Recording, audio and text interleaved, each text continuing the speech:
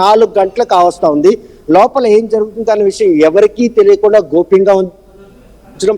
ఎప్పుడైతే మాధురి నేతృత్వంలో కార్యకర్తలు అభిమానులు అందరూ కూడాను ఇక్కడ ఆందోళన చేపట్టిన తర్వాత లోపల నుండి బయటకు వచ్చిన సిఐ ఎస్ఐ కూడా ఒక క్లారిటీ ఇచ్చారు. ఎందుకంటే విచారణ సుదీర్ఘంగా సాగుతుంది, అడిగిన ప్రశ్నలకి అన్నిటికీ సమాధానం చెప్పిన తర్వాతే అంతిమ ఒక నివేదిక ఉంటుంది. అంతేగాని ఏదో లోపల తూతూ మంత్రంగా విచారించట్లేదు, చాలా పారదర్శకంగా విచారిస్తున్నాం. లంచ్ బ్రేక్ కూడా ఇచ్చాం. కాకపోతే దువ్వాడ భోజనం చేయకపోయినా కూడా ఆయన విచారణకు సహకరిస్తున్న నేపథ్యంలో మీరు కూడా సమన్వయం పాటించాలి. ఎందుకంటే ఈ విషయంలో మీరు ఎటువంటి అనుమానాలు పడాల్సిన అవసరం లేదు. స్పష్టత ఇచ్చినప్పుడు కూడా ఇంకా అనుమానాలు నివృత్తి కానటువంటి దువ్వాడ మాధురితో పాటు వాళ్ళ అభిమానులు కూడా ఇక్కడ ప్రొటెస్ట్ చేశారు. ప్రొటెస్ట్ చేసిన వారందరూ కూడా పోలీస్ స్టేషన్ తరలించారు. తరలించి మిగతా ఉన్న వాళ్ళందరూ కూడాను ఒక లోపల ఒక కుట్ర జరుగుతోంది. అది దువ్వాడ సీన్ అరెస్ట్ కి ప్లాట్ఫారం సిద్ధం చేశారు. ఆయన్ని ఎట్టి పరిస్థితుల్లో కూడా ఈ రోజు పాతపట్నం సంబంధించినటువంటి వరకు జైలుకి తరలించేందుకు ఒక పేపర్ వర్క్ కూడా నడుస్తుంది. మునుపట్లో కూడా టెక్కల పోలీస్ స్టేషన్ లో విచారణకు హాజరైనటువంటి దువ్వాడ సీన్ ఇన్ని గంటల సేపు విచారించలేదు.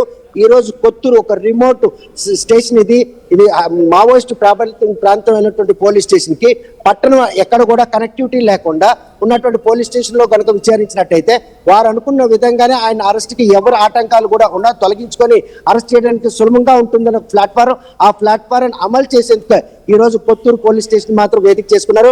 11 గంటలకు పోలీస్ స్టేషన్ లోపలికి వెళ్ళినటువంటి దువ్వాడ సీన్ ఇప్పటి వరకు బయటకు రాలేదు. ఎందుకు రాలేదని ప్రశ్నిస్తే ఎవరు కూడా పొంతం లేని సమాధానాలు చెప్పడంతోనే వాళ్ళందరూ కూడా ఆందోళన చేశారు. వాళ్ళందరూ కూడా లోపలికి ముందస్తు అరెస్టు నేపథ్యంలో తీసుకెళ్ళడం జరిగింది. కాకపోతే ఈ విచారణ విషయంలో లోపల మరికొద్ది సేపట్లో దువ్వాడ సీన్ ని వైద్య పరీక్ష నిమిత్తం పాతపట్నం ఏరియా ఆసుపత్రి, కొత్తూరు ఏరియా ఆసుపత్రి తరలిస్తారా, అనంతరం మ్యాజిస్ట్రేట్ ముందు సబ్మిట్ చేస్తారా, పాతపట్నం జైలుకి ఈ రోజే తరలిస్తారా అన్నటువంటి ఒక సందేహం మాత్రం అందరిలోనే తలెత్తుంది. కాకపోతే ఈ రోజు సోమవారం ఏ ప్రక్రియ చేసినా కూడా 6 గంటల లోపు ఈ ప్రక్రియ పూర్తి చేస్తేనే వాళ్ళు అనుకున్నటువంటి ఏదైతే స్కెచ్ ఉందో అది అమలు చేయగలరు.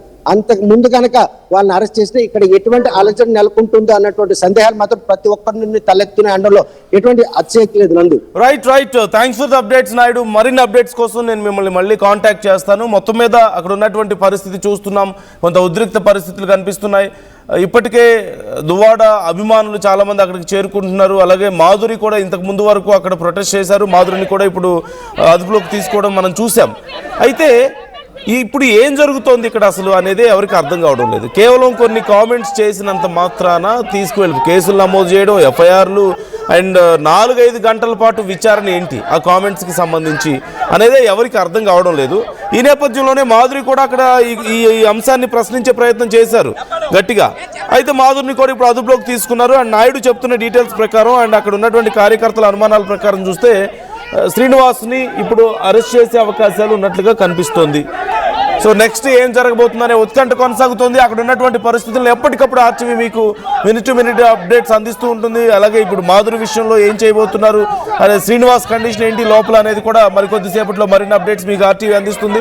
ఒక్కసారి మాధురితో మా ప్రతినిధి నాయుడు మాట్లాడారు.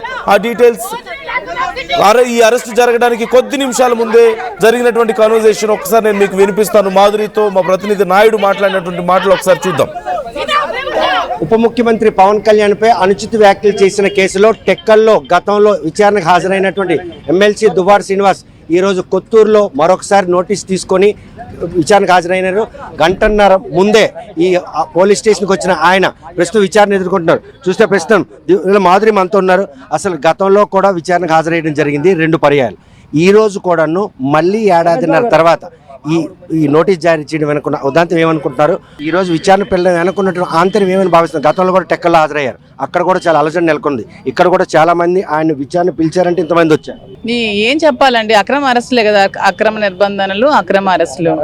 ఇంకేమీ జిల్లాలో క్రైమ్స్ లేనట్టు, ఎక్కడ ఏ క్రైమ్స్ జరగనట్టు దువ్వాడ శ్రీనివాస్ గారి మీదే పనిగట్టుకుని కేసులు కడుతూ ఇలా స్టేషన్కి పిలిపిస్తూ ఇలాగా నిర్బంధిస్తున్నారు. 2025 మార్చి 1వ తేదీన వచ్చిన కంప్లైంట్ బేస్ చేసుకొని ఈవేళ జూన్ 22 ఈ రోజు నిన్న నోటీస్ ఇవ్వడం, ఈవేళ పిలవడం, వస్తున్న ప్రతి దగ్గర కూడా తనిఖీలు. ఈ పరిణామాలు ఏమైంది?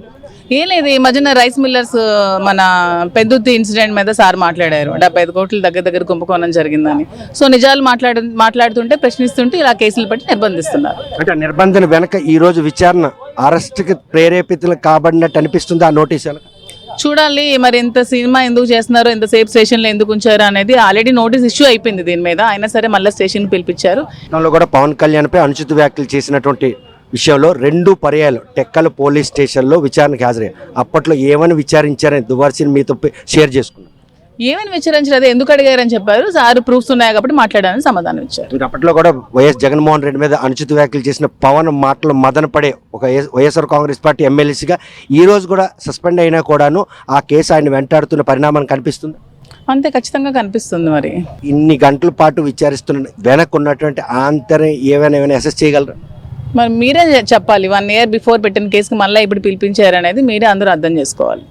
కానీ ప్రస్తుతం మాత్రం ఈ విచారం వెనక ఏదో పెద్ద కుట్ర దాగుంది అన్నటువంటి సంకేతాలు అభిమానులందరినీ కూడాను భయాత్మకం గురిచేసి ఆయన పిలకపోయినా చాలా మంది ఎక్కడ టెక్కలి ఎక్కడ కొత్తూరు ఇటువంటి హైపర్ సెన్సిటివ్ పోలీస్ స్టేషన్ కూడా రావడం వెనకున్నటువంటి వాళ్ళ అభిమానం వెనక 75 కోట్ల రూపాయల అవినీతి బాగోదాన్ని బయట పెట్టడం అన్నటువంటి అంశంగా పరిగణలోకి తీసుకుంటాం. 100% ఖచ్చితంగా అండి. దువ్వాడ శ్రీనివాస్ గారు ఎప్పుడు కూడా తన పదవిని నిరుపయోగం చేయలేదు. ఎక్కడ కూడా భూ కబ్జాలు కానీ, భూదందాలు కానీ, లంచాలు కానీ ఏవి అతని హిస్టరీలో లేవు. సో అతని మీద కేసు పడ్డానికి ఎక్కడ కూడా 1% కూడా దాఖలాలు లేవు. సో ఏమి దొరక దిక్కుతోచక ఇలాంటి దిక్కుమాలిన కేసులు పెట్టి సోషల్ని పిలిపిస్తున్నారు. చెప్పడంలో కూడా ఇంకొక కేసు నమోదైందంట, కంప్లైంట్ అయింది, కేసు నమోదైందంట, నిజమేనా? అదే ఇంకా తెలియదు మాకు. దాని నుంచి ఇంకా కాల్ కానీ నోటీస్ కానీ ఏమీ రాలేదు. అది కూడా ఎంతవరకు ఉంటుందో చూడాలి. ఏదైనా ఫేస్ చేయడానికి మేమైతే రెడీగా ఉన్నాం. మాకు సపోర్ట్ చేసే మా అభిమానులు కూడా చాలా మంది ఉన్నారు. నిజాయితీగా ఎప్పుడు కూడా జనాలు సపోర్ట్ చేస్తారు. సో ఆ విధంగానే శ్రీనివాస్ గారికి అందరూ సపోర్ట్ చేస్తారు. లోపలికి అనుమతించిన దాంట్లో అడ్వకేట్ని ఎవరైనా తెచ్చుకున్నారా? మీతో పాటు ఇంకెవరినైనా అనుమతించారు? లేదు, అడ్వకేట్ ఉన్నారు సార్తో పాటు, అండ్ సార్ బ్రదర్ కూడా లోపల ఉన్నారు. ఎస్పీ గారే నేరుగా వీడియో కాన్ఫరెన్స్ లో దువ్వాడ సీన్ విచారిస్తుంది, నిజమేనా? నాకు తెలియదండి, ఇంకా నేను లోపలికి వెళ్ళి చూడలేదు. మరి ఎవరు విచారిస్తున్నారనేది తెలియదు. నా ఇన్ఫర్మేషన్ ప్రకారం సిఏఏ స్టేట్మెంట్ రికార్డ్ చేస్తున్నారని తెలిసింది.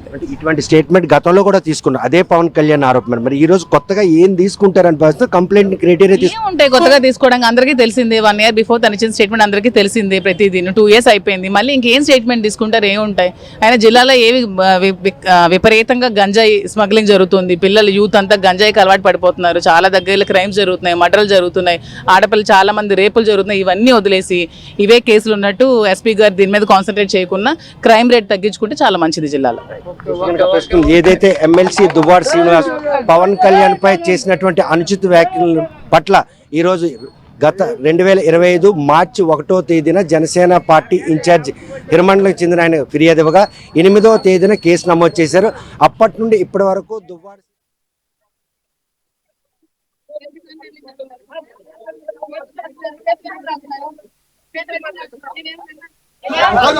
ఏం చేశారు? ఏం చేశారు?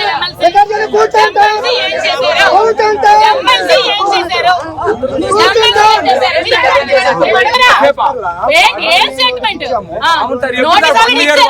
Notice 1 year before ఇచ్చారే.